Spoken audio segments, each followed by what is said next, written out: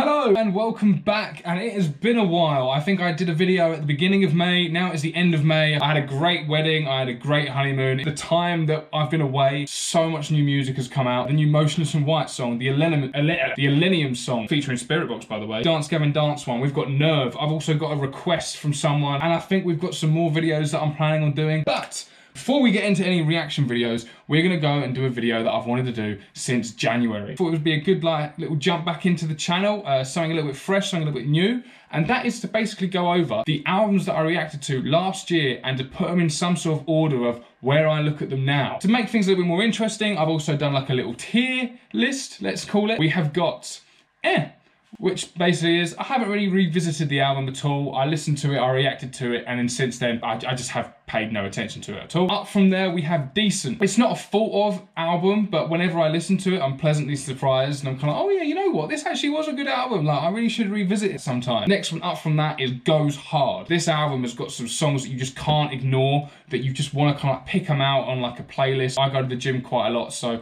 there's some songs that I know will just get me in the mood. And then finally, we have the top tier, which is AAOTY, which I like to call Album of the Year. No, an album of the year, because you know we can't just set it to one album. There's a lot of albums throughout the year that have been amazing. I'm not going to do it as kind of like comparing them one to the other. I'm going to compare them to kind of like just how I listen to them and think about them. Also, just quickly, obviously I am going to do these albums in order from when I reacted to them. Obviously, some of them have been around longer than others, so I've got to kind of bear that in mind as well. I have also put the Spiritbox album in here as well, but I know I've only reacted to that this year. But I will go over reasons why I decided to do that then. Let's get into the video. Let's start putting these albums into like a list. We're going to start off quite strong. Architect's album, For Those That Wish to Exist. We've actually listened to a new song when we were young, just recently actually, and you can see like the maturity there. But this album was just amazing for me. It is re-listenable, it's ageless, it's like no skips. Some of the songs that I didn't like at the time, like let's say Demigod for example, kind of slagged off a little bit. I didn't really enjoy it when I first reacted to it, but since then it really like has grown on me, and then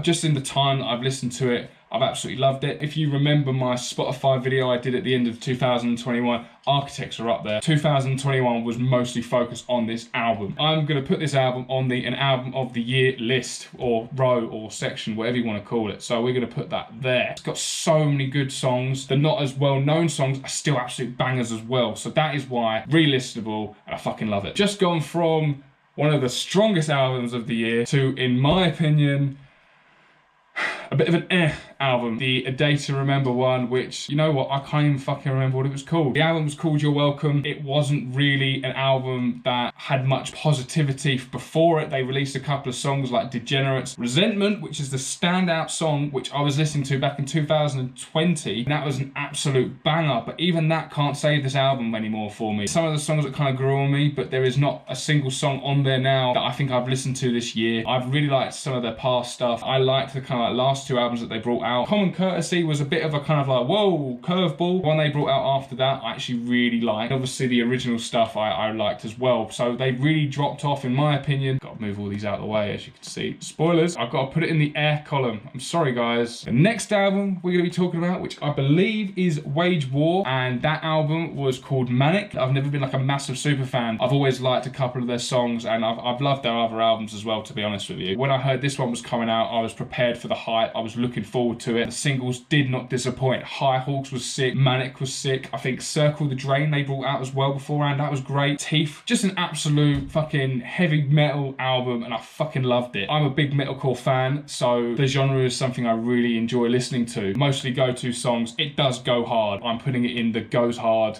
which kind of like, nope, I'm not gonna make a joke. Not gonna make a sex joke, not gonna make a penis joke. I've just realized I've skipped an album, and that's probably because it was hidden under everything, but that is the Beartooth album. Now the Beartooth album, which was called Below, the singles were good, but I would say the songs that I've listened to now, they all kind of merge into one for me. Even when I was doing the reaction videos for them, I said, oh, you know, they follow the same structure. They kind of sound the same. Like, it's good, but they all sound the same. Yeah, there's songs like Skin that I can roughly remember or stand out to me. Fed Up, that was really good. They didn't stand out as much as the songs on Wage War did for me. Now, I'm not comparing the two. I'm just saying they just didn't stand out as much. I'm going to put it in decent because, you know, when it does come on, I get a bit of nostalgia from the album. I'm like, yeah, you know what? These are fucking good songs. songs and I love them, but I don't go to them. I don't go, right, let's listen to this song today, or let's listen to that. Big fan of Bear 2. Caleb is featuring on the new Motionless in White album, which I cannot wait for. I'm looking forward to seeing what he does on that album. Now we're getting into the controversial kind of takes. I don't know how you want to look at it. The myth of the Happily Ever After by Biffy Clyro. This was an album which, after the Architects album with Simon Neil actually featuring on Goliath, did a lot of research into the band of Biffy Clyro, and I really started enjoying them. This album came out, I thought, well, you know what? No one else has heard this album, so we can all kind of react to it together. And some of the comments in the community, I don't think everyone was like, you know, this is the best album in the world. Was a good album though. There's songs that stand out to me, which I can't even pronounce, like Hooroo-ah-hoorah. Unknown Male 01. Hunger in Your Heart has actually turned into like a bit of a banger for me. Like, it comes on quite a lot. I just love that fucking guitar riff. At the time of the Biffy Clyro reaction videos, there's videos or there's clips of me going, oh my god, this is amazing. It genuinely did make me feel that way. It still does make me feel that way. To listen to that album, I have to be in a certain kind of mood. I'm gonna put it in between decent and goes hard. I think that's pretty good for me. That's good. The next one we've got coming up is Starset Horizons. This album was fucking sick for me. I really fucking enjoyed it. There's something that Starset do which is just so different to quite a lot of other people out there. Some of the songs, like, you know, Breach, Infected, Something Wicked. It's a goes hard album for me. I'm not gonna put it in an album of the year because I still believe that some of their past albums were better, and I think a lot of the community feel that way as well. I think maybe it's a little bit more tame, this album as a whole. It's such like a great ambiance feeling when I listen to this album. Great gaming album, great gaming band as well. I love the kind of like the violins and the cellos and like the strings that they kind of implement, and there's so much like backstory to all the songs and that, and I'm sure there is for all the other albums as well that I've done.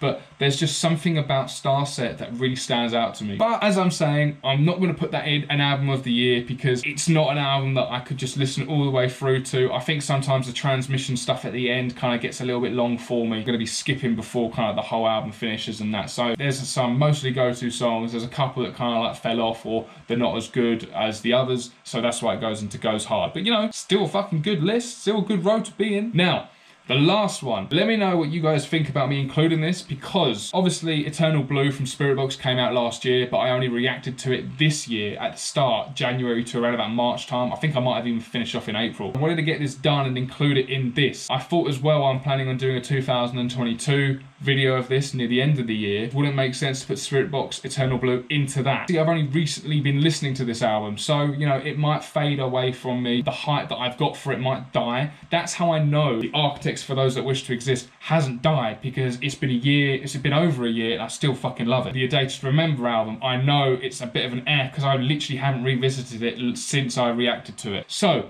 with Eternal Blue, it's a different kind of like look up for me. I never really listened to female singers. I never listened to female screamers. I haven't listened to the album when it came out, so all the hype around it's kind of gone. That means I can kind of take it for a non-biased approach. But because it's nice and fresh, I can't put it in an album of the year. Even though I know everyone fucking hyped it up last year, and I believe the hype, and I really think it is a fucking banger of an album, I feel like I can't put it in there. Now, it's definitely not going in air, and it's definitely not going in decent, and even then I feel like Goes Hard doesn't do it enough justice. So like I've done with the Biffy Clyro one between decent and Goes Hard, I'm gonna put it there.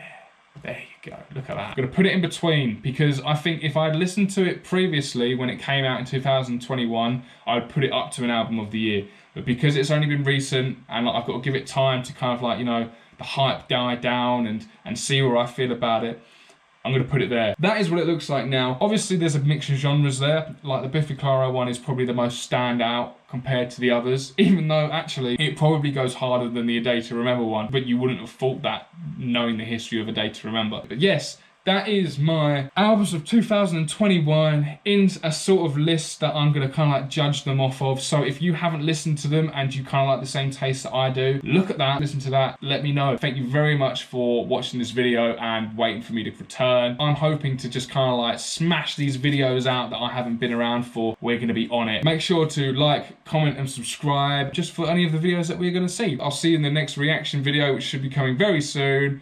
See you later.